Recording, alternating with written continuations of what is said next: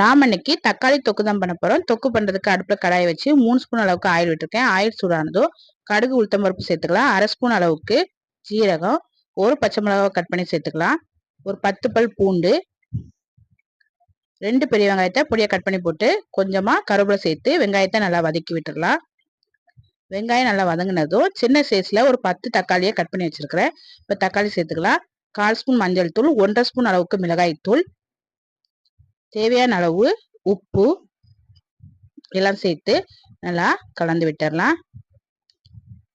இப்போ மூடி போட்டு அடுப்பு மிதமான தீயில வச்சு தக்காளி நல்லா வேகிற வரைக்கும் வேக வச்சிடலாம். இப்போ தக்காளி நல்லா வெந்து நல்லா எண்ணெய் தெளிஞ்சு வந்திருக்கு. ரொம்ப டேஸ்டியான தக்காளி தொக்கு ரெடி ஆயிடுச்சு. இப்போ அடுப்பை ஆஃப் பண்ணிட்டு கடைசியா கொஞ்சமா மல்லியில சேர்த்து கலந்துட்டு இறக்கிட வேண்டியதான். இந்த தக்காளி தொக்கை சப்பாத்தியோட சைடிஷா வச்சு சாப்பிட்டா ரொம்ப நல்லா இருக்கும். ட்ரை பண்ணி பாருங்க.